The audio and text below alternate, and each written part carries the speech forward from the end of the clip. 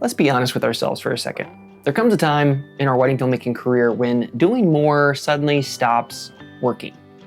Buying more gear, experimenting with different styles, adding more value to our packages. And the filmmakers who are actually breaking through aren't the ones who are working harder, they're actually working clearer. You didn't get into wedding filmmaking just to be average, but somehow that's where a lot of us end up. You care deeply, you work hard, you give more than expected, but yet your films still feel interchangeable. Your bookings are kind of fragile and volatile, and nothing really changes. We tell ourselves that we're helping couples, but in reality, we're guessing, we're copying, and we're hiding behind adding more value to our packages than actually just trying to be intentional.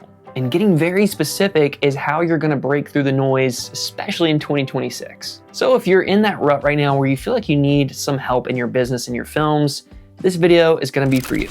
As wedding filmmakers, we focus too much on the area of vague generalization and not enough on the specifics.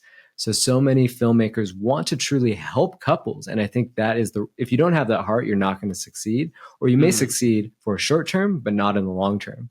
But it's not enough to just have a heart for others. You have to have a plan of how you're actually going to serve them.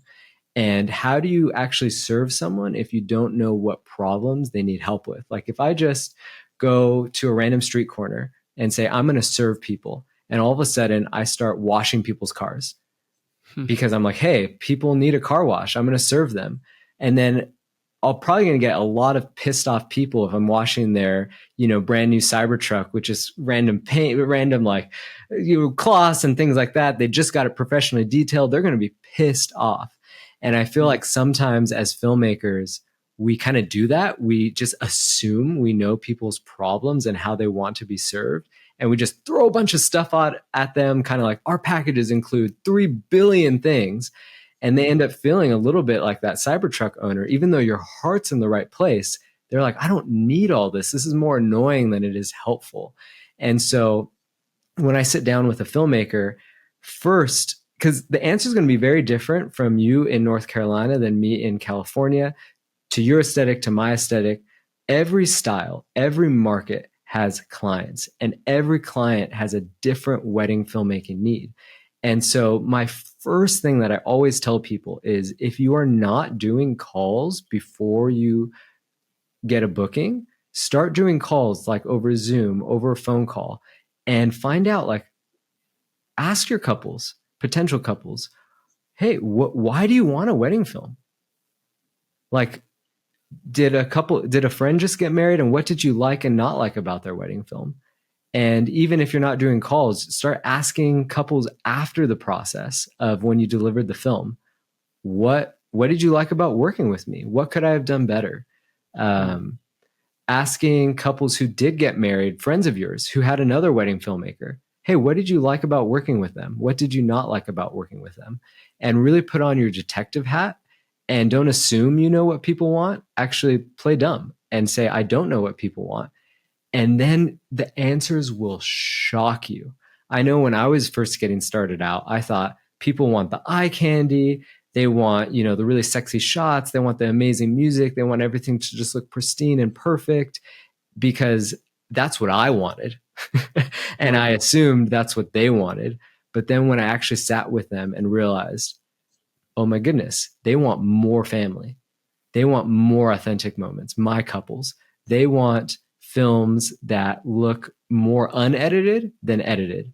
They want colors that look more true to life than, James Cameron Avatar film or something like that. And as I started to ask those questions, I started to be informed with how I could change my brand and truly put actions behind the heart of serving others. And when you can put actions behind that heart, that's when bookings really start to take off. And that's where you actually get referrals because my end goal when I deliver a film and a couples through my whole process is, and I take the same goal with any of my education products, is I want someone to get the transformation they truly want, whether that be from weddings or education. And at the end of it all, say, wow, there was no other person that truly made me feel seen and heard like David did. And people feel truly seen and heard when you don't just tell them, that you care about them, but you show them how you care. Look, we know there's 1,000 different ways to run a business, but we can't always grow and scale our business if we're always working for our business. And that's why outsourcing is something that I would highly recommend to anyone who's looking to grow, level up, and scale their brand in 2026. And as wedding videographers, the thing that takes up a majority of our time is the editing, the creative process. And having a team dedicated to alleviating that burden, kicking that backlog in the face, giving you so much time back in the day to focus on truly growing and scaling your business is honestly worth every penny. I've used Uncut Gems for the last few years, and honestly, I can't think of anyone else that I would trust with my films. And let's be real, we treat our wedding films like our baby. It's very hard to give another person, someone who isn't intimately connected to the couple, your hard work and say, I trust you to make this just as good as if I was to edit it. And honestly, that's exactly what Uncut Gems has done for me time and time again. They've edited some absolute bangers that I'm showing you guys on screen here. So if you want to check those videos out, highly recommend you do so. I will link them down in the description. But also, Uncut Gems has been very kind and gracious enough to offer you guys 60% off on your first edit. So if you're looking to outsource this year, you want to try to send a few films out before the end of the year to try to just alleviate that burden and that pressure, when really it's Christmas and you should be spending that time with your family and resting and decompressing so that you can be creatively recharged for the next year. I highly recommend you check them out. I will link all the information down in the description below. To do something 99% of the way is almost impossible and sucks completely, but 100% is a breeze. Because when you're 100% committed to being the best, you pretty much know the choices that you're going to make every single day, every single week, every single month. And I'd say the films that are really committed, the filmmakers who are really winning right now and are truly differentiated are the ones that have literally decided mindset-wise, I'm going to be the best wedding filmmaker I can be and do all the necessary steps I'm going to take to get there. And that's my decision. Versus I feel like so many filmmakers are stuck going 70% of the way, 60% of the way, 80% of the way, thinking, well, if I go to 100%, it's going to be so much harder because I can barely make it with 60% effort or 70% effort. But that's kind of like a lie that your mind tells you, that it's going to be harder if you try to be the best. It's actually so much easier because the competition is so low because no one is really putting in that effort. And what does that actually mean? That means having a very distinctive style to your films. It means doing what I just said, categorizing who is your target bride, what clothing stores do they shop at. This is one of the best hot tips that I like to do. Hot hacks. It's become a different podcast. But like, what stores do your brides shop at? Look at the ads for the clothing stores that your brides shop at. See what colors, what vibes. Go to YouTube. A lot of these top end brands have YouTube channels. See how they edit their clothing videos, their fashion spring launch, summer launch, winter launch. That should inform the style of your films. And just like these brands, colors, pacing, editing style is very distinctive. So should your films. The filmmakers who don't have a style that someone could, basically put, if say I reached into a bucket and pulled out 10 filmmakers in my area and threw them all down on the table. And we played a game of, okay, sort the ones that are all the same and the ones that are different.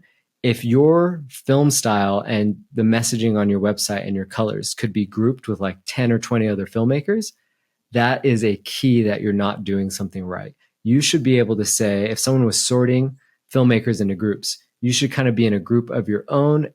It's okay to have maybe one or two other people like you, but to have like 20 or 30 other people, it's going to be a struggle. And I'd say the first thing it comes down to is get your colors interesting, distinctive, get your films not just following a simple template of, okay, I do something hypey at the beginning and then I kind of go into the story and then hypey at the end and I just use the same songs that I see everywhere.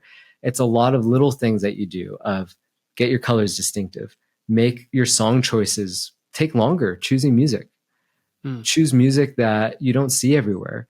Make your films have dynamics that flow in and out of interesting bits. I think the films that are the most boring are the ones that are the same pacing from beginning to end. It's just the same tempo, the same idea.